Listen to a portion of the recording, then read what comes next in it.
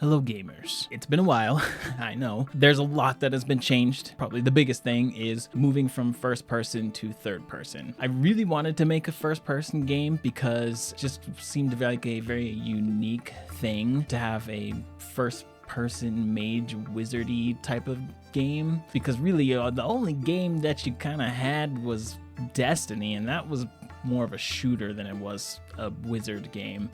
And there's other games too, you know, like what is that one that came out? Immortals of Avium or Ziggurat. I don't know why I'm blanking right now, but there's other one. Dark Messiah. There you go. It's just not quite what I'm looking for. That's really what I've realized. In the long run, my goal isn't to make a first person game. The long run goal is to make a third person action RPG type of game. So I figured, you know what? Might as well just start now. Rather than just trying to make something for the sake of it being unique, just make something that I want to play, that I'm passionate about, and hopefully that will have a result of people actually wanting to play it, rather than me just like making some game that I'm thinking would do well on the market, maybe just because it's kind of unique type of thing. Hopefully that makes sense. But that's part of the reason why I decided to go from first person to third person, because my long-term goals align with the third person game more. The other reason is because you can just do a lot more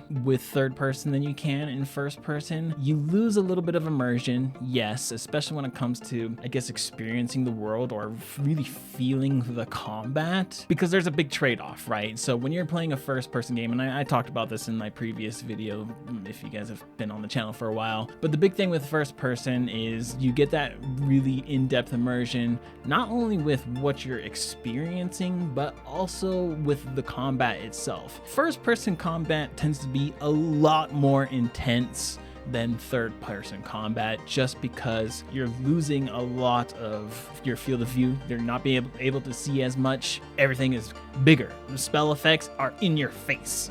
It just makes things way more intense and way more crazy. So yeah, you just get a lot more of an intense feeling when you're playing first person. With third person, you have the ability to do a lot more in terms of spells and how your character moves. A lot of the gameplay comes down to understanding your character's actual position in the world and your kinesthetic sense or your kinesthetic intelligence of placing yourself in the world. There's some of that in first person as well, but it is very apparent in third person, and it is one of the things that actually makes third person gameplay fun.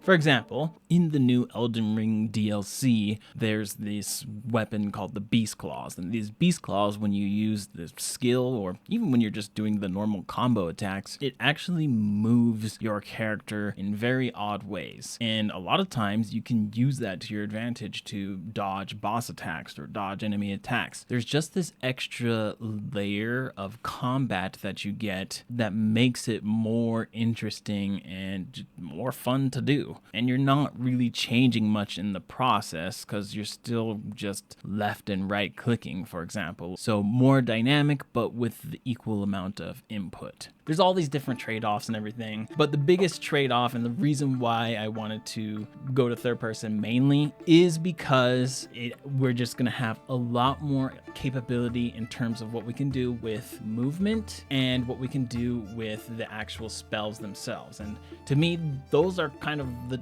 two most important things. It's the combat. There's just so much more we can do with third person combat than we can with first person. When you have a game that's ability based and reliant on combat that isn't guns, you want it to be interesting and in the most simplest way as possible. I think the best way to achieve that is by having this third person perspective, because you can have these, there's a lot more crazier spell effects. For example, a crazy dash where your body turns on fire and you charge at an enemy and make a path of fire craziness, go boom, boom, wow, right? That's going to be significantly harder to do in first person and make it feel really good compared to third person.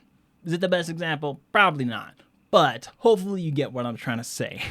And not only does that open up the window for different types of spells and things like that, it also opens up the window for melee combat. I think I'll leave it at that for now in terms of the third person thing.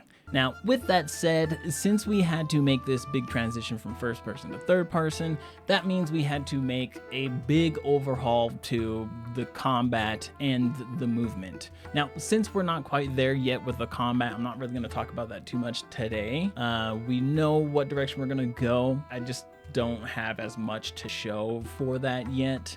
So for now, what I want to talk about is movement. You know me, if you've been watching the channel, movement is super important to me. I think that's one of the biggest things that makes a game feel suck or not suck. You know, you could have no movement and still have a game feel good, but I like to have that feeling of having that freedom to be able to move how you want. In our first person version, you could do some wall running, you could kind of do wall bounces. We added the air dash effect just to, you know, keep it kind of magey feeling, wizardy feeling, so to say. And you had a lot of in-air control. So when you jumped, you could kind of like move around pretty easily. And that is still the case. We decided to keep pretty much all of those things. Essentially, you have a lot more dynamic wall running. It's not just a simple, oh, jump on the wall and run.